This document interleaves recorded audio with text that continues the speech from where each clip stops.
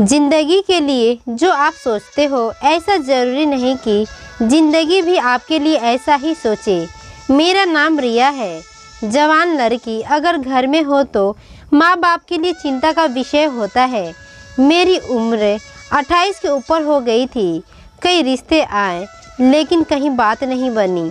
फिर एक दिन एक रिश्ता आया। वो हमारे घर से शहर से थोड़ी दूर गांव में रहते थे। लड़के का नाम संजय है। लड़का अच्छा था और उनका खेती का काम था। लड़के की माँ नहीं थी। उनके घर में सिर्फ वो और उनके पिता ही रहते थे। मेरी शादी उनसे होना तय हो गया। उनके बारे में इससे ज़्यादा मैं और कुछ नहीं जानती थी। शादी की तैयारियां होने लगी। मैं भी इस बात से खुश थी कि मेरे माँ बाप की चिंता अब दूर हो रही है, लेकिन मेरी ज़िंदगी में आगे क्या होगा इसका मुझे पता नहीं था। शादी की तैयारियों में समय निकलता गया और आखिरकार शादी का दिन भी आ गया। शादी वाले दिन जैसे लड़के के चेहरे पर खुशी और उत्साह रहता है, ऐसा कुछ भी मुझे उनके चेहरे पर दिखाई नहीं दिया। उन्हें देखकर ऐसा लग रहा था जैसे उनकी शादी उनकी मर्जी के बिना करवाई जा रही हो। लेकिन मैं मन में यही सोच रही थी कि यही थी जो भी ख्याल मेरे मन में आ रहे हैं, ऐसा कुछ भी ना हो। अपनी ज़िंदगी में अच्छे होने की उम्मीद लिए मैं बैठी थी। शादी करके मैं उनके घर गई। घर गांव में था यह तो मुझे पता था, लेकिन यह नहीं पता था कि उनका घर खेत में है। घर के आसपास थोड़ी दूर तक कोई घर नहीं दिखाई दे रहा था। उनका घर भी बहुत बड़ा था।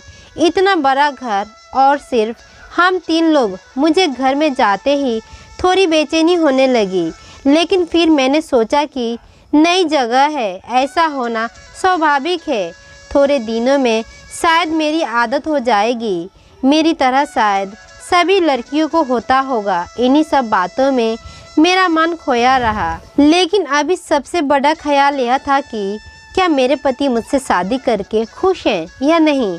अभी तक मैंने उनसे कोई बात नहीं की और मैं इसी इंतज़ार में थी कि उनसे बात हो। सुहागरात पर मैं अपने कमरे में थी, सेज पर बैठी उनका इंतज़ार कर रही थी। मन में कई तरह के ख्याल और सवाल थे। आगे क्या होगा इस बात से मैं अनजान थी। धीरे धीरे समय बीतता गया और इंतज़ार करते करते आधी रात हो गई, लेकिन अभी तक मेरे पति कमरे में नहीं आए थे। आधी रात के बाद मैंने सोचा कि शायद किसी काम में होंगे।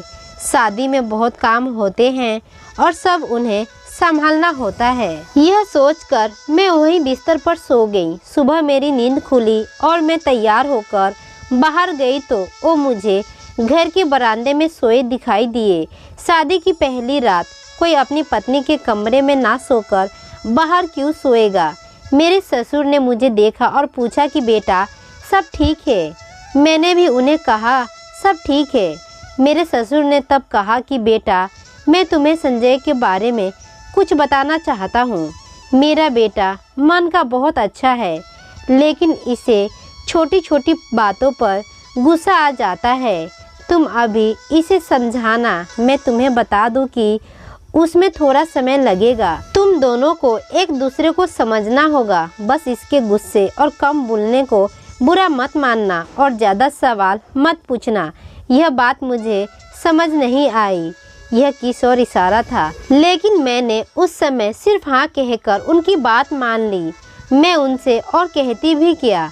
मैं सुबह जब घर का काम कर रही थी तब कोने में एक दरवाजे पर बड़ा सा ताला लगा हुआ था। घर में ही इतना बड़ा ताला लगा कर रखा है, यह बात मुझे अजीब लगी। मेरे पति घर से चले गए थे। मैं पूरा घर देख रही थी, साथ ही सफाई भी कर रही थी। उस दरवाजे के ताले ने मेरे मन में अभी भी सवाल उठा रहे थे।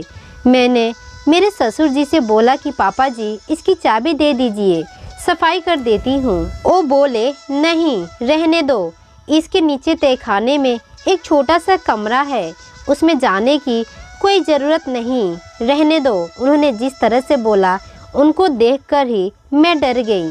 पता नहीं उन्हें इस बात पर गुस्सा क्यों आ गया। उस समय मैंने सिर्फ हाँ में सर हिला दिया, लेकिन फिर बाद में सोच रही थी कि आखिर वहाँ क्या है। कुछ देर बाद मेरे ससुर घर से चले गए। मैंने पूरा घर देखा, लेकिन मैंने मेरी सास की एक भी तस्वीर नहीं देखी। यह बात थोड़ी सोचने लायक थी। नया घर और भी लगभग सुनसान जगह पर, उसमें भी कई सवाल। यह सब मेरे लिए बड़ा अजीब था। रात हो गई और ओ और ससुर जी दोनों घर आ गए थे। खाना खाने के बाद मैं अपने कमरे में गई। जैसे कि मैंने कहा, मुझे अब इस घर में थोड़ा अजीब सा लग रहा था। घर में बात करने वाला कोई नहीं। मैं सोच रही थी कि आज भी वो बाहर सोएंगे, लेकिन थोड़ी देर के बाद वो कमरे में आ गए। उनके आते ही मैं डर गई। वो कमरे में आए, लेकिन बिना कुछ बोले और मुझे देखे वो बिस्तर पर सो गए। शायद उनके पिता ने उन्हें समझाया होगा। मैंने थोड़ी कोशिश की उनसे बात करने की। उन्हें बोला कि आपको ठंड लगे तो यह कंबल ले लेना, लेकिन उनका कुछ जवाब नहीं आया। मैं भी कुछ समय के बाद सो गई। उस दिन के बाद रोज़ वो कमरे में ही सोते थे, लेकिन मेरी तरफ पीठ करके और बिना कुछ बोले। यह कैसी शादी थी? मेरे पति मेरे तरफ देख भी नहीं रहे थे। मेरे ससुर ने पहले ही समझाया था कि ज़्यादा सवाल नहीं करना, इसीलिए मैं कुछ बोलती या पूछती नहीं थी। एक रात मेरी नींद अचानक खुली तो मैंने देखा कि वो कमरे में नहीं है। मैंने सोचा कि बाथरूम गए होंगे, लेकिन जब कुछ देर होने के बाद भी वो नहीं आए तो मैंने कमरे के बाहर जाकर देखा। कमरे के बाहर बरामदे में कहीं भी मुझे वो दिखाई नहीं दिए। मैं फिर अपने कमरे में जाने लगी, लेकिन मेरे मन में ख्याल आया उस ताले वाले दरवाजे का। उस दरवाजे के सामने मैं गई तो वहाँ अब ताला नहीं था, बल्कि वो अंदर से बंद था। मैं खरी खरी यह सोच रही थी कि कहीं वो अंदर तो नहीं है। तभी मुझे धीमी धीमी आवाज़ सुनाई दी। यह आवाज़ किसी औरत की थी और ध्यान से सुनने पर वो बेटा बेटा बोल रही थी। मैं डर गई और वहाँ से भागते हुए सीधे अपने कमरे में जाकर सो गई। मैं बिस्तर पर सोए हुए यही सोच रही थी कि यह सब क्या है। तभी वो कमरे में आ गए। मैंने सोने का नाटक किया। अब उनके आने से मुझे डर लगने लगा था। जैसे तैसे मैंने अपने डर और विचारों पर काबू किया। तय खाने में जो औरत की आवाज़ आ रही थी, क्या वो मेरी सास की थी? मेरी सास की एक भी तस्वीर क्यों नहीं है? क्या वो जिंदा है? और अगर है तो इन्हें इस तरह बंद करके क्यों रखा गया है? जब घर में इतने राज हो तो नींद कैसे आ सकती है? रात में ठीक से सो नहीं पाई। बिस्तर पर पड़े पड़े मुझे यह ख्याल आया कि मुझे उस कमरे में जाकर एक बार ज़रूर देखना चाहिए। मेरे ससुर ने भी उस कमरे में जाने से मना किया था। मैं सुबह जल्दी अपने कमरे से निकल गई। वो अभी तक सोए थे। धीरे धीरे और डरते डरते मैं उस कमरे तक जा रही थी। सीढ़ियों के दरवाजे पर पहुंच गई थी। हमेशा की तरह अभी भी वहां बड़ा सा ताला लगा हुआ था। उसकी चाबी मेरे पति के पास रहती थी। मैंने सोचा कि मैं बाहर से आवाज़ लगाती हूँ, शायद कोई जवाब दे। लेकिन फिर मैंने सोचा कि आवाज़ लगाने से मेरे पति या ससुर में से कोई जग जाएगा। मुझे समझ आ गया था कि उस कमरे में जाना है तो चाबियों के साथ आना होगा। मैं वहाँ से चली गई।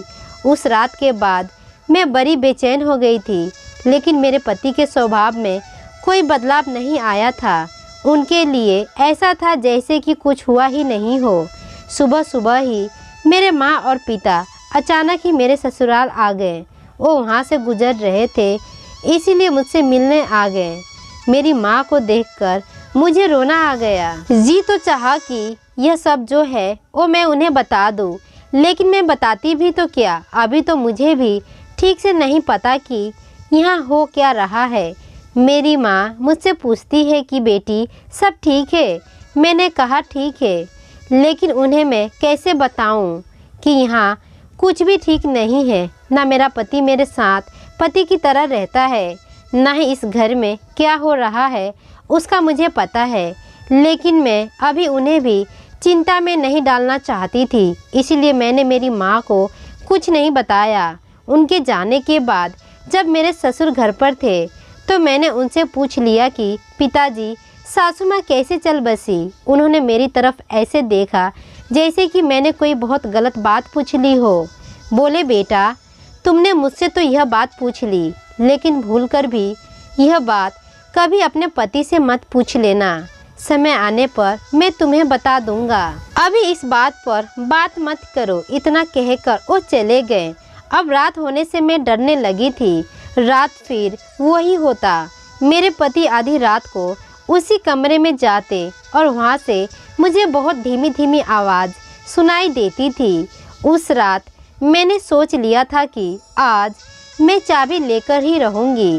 रात जब वो कमरे में आकर थोड़ी देर बाद सोए तो मैंने धीरे धीरे उनकी जेब से चाबी निकाल ली। सुबह जल्दी ही मैं उस कमरे की ओर गई। मन में कई तरह की बातें और दर्द था। मैं उस दरवाजे के सामने थी जहां ताला था और उसकी चाबी मेरे हाथ में थी। मैंने थोड़ी देर खड़े होकर सांस ली और चाबी उस ताले में लगाई, लेकिन मेरी धड़कनें तब रुक गई जब पीछे से मेरे ससुर ने मुझे आवाज़ लगाई। बहू, उनकी आवाज़ मेरी जान ही निकाल दी थी। मैं पीछे नहीं पलटी, लेकिन वो मेरे पास आए। मुझे देखकर बोले कि क्या कर रही हो यहाँ, और इस कमरे की चाबी तुम्हारे पास कैसे आई। मैं चुप थी तो उन्होंने फिर पूछा, कहाँ से मिली तुम्हें यह चाबी? तुमने मेरे कमरे से इसे लिया है? मैंने कहा, नहीं, यह तो आपके बेटे के पास थी।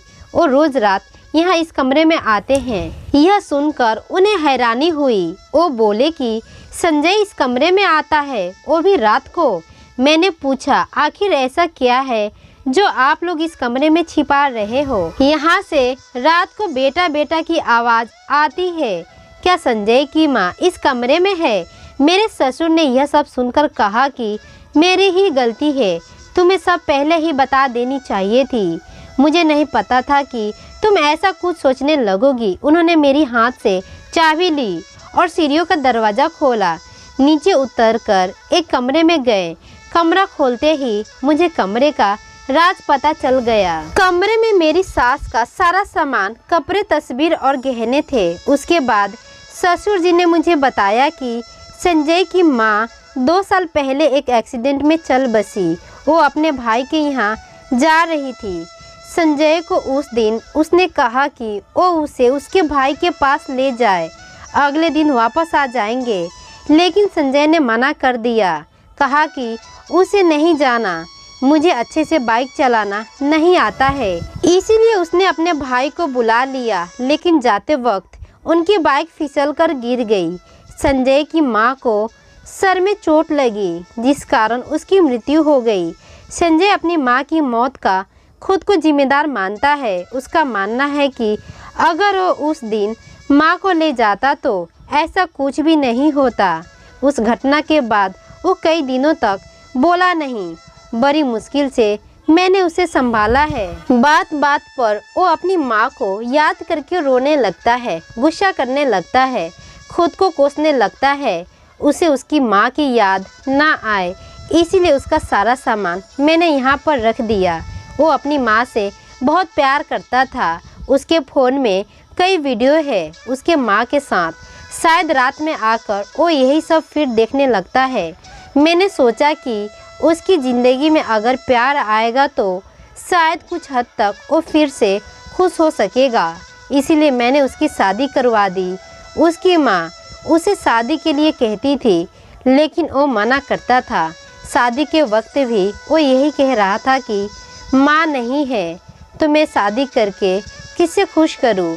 इसीलिए मैंने तुम्हें कहा था उसे गलत मत समझो, उसे प्यार की ज़रूरत है। उसे यह विश्वास दिलाना है कि जो हो गया अब उसे बदला नहीं जा सकता है, ना ही उसमें उसकी कोई गलती है। कुछ समय पहले जिस पति से मैं डर रही थी, अब उसके लिए मेरे दिल में प्यार और सहानुभूति जाग गई। जो अपनी माँ से इतना प्यार करता है वो कैसे बुरा हो सकता है। मैंने उसी समय अपने ससुर से कहा कि अब आप बिल्कुल भी चिंता मत करें, मैं उन्हें संभाल लूँगी। सुबह जब वो घर से बाहर जाने लगे तब मैंने उन्हें कहा कि आप बहुत अच्छे हैं। उनका कोई जवाब नहीं आया, लेकिन एक हल्की सी मुस्कान जरूर आई। माँ की जगह तो कोई नहीं ले सकता है, लेकिन फिर भी मैं कोशिश करूँगी कि वो अपने आप को दोषी समझना बंद कर दे। धीरे धीरे मुझे उनकी मुस्कान वापस लानी है और मुझे पता है मैं ऐसा कर सकती हूँ। आपको यह कहानी कैसी लगी कमेंट कर हमें ज़रूर बताएं।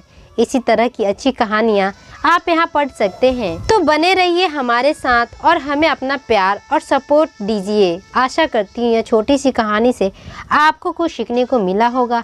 ऐसे ही वीडियो देखने के लिए चैनल को लाइक, सब्सक्राइब व शेयर करना ना भूलें। धन्यवाद। राधे राधे। जय माता दी।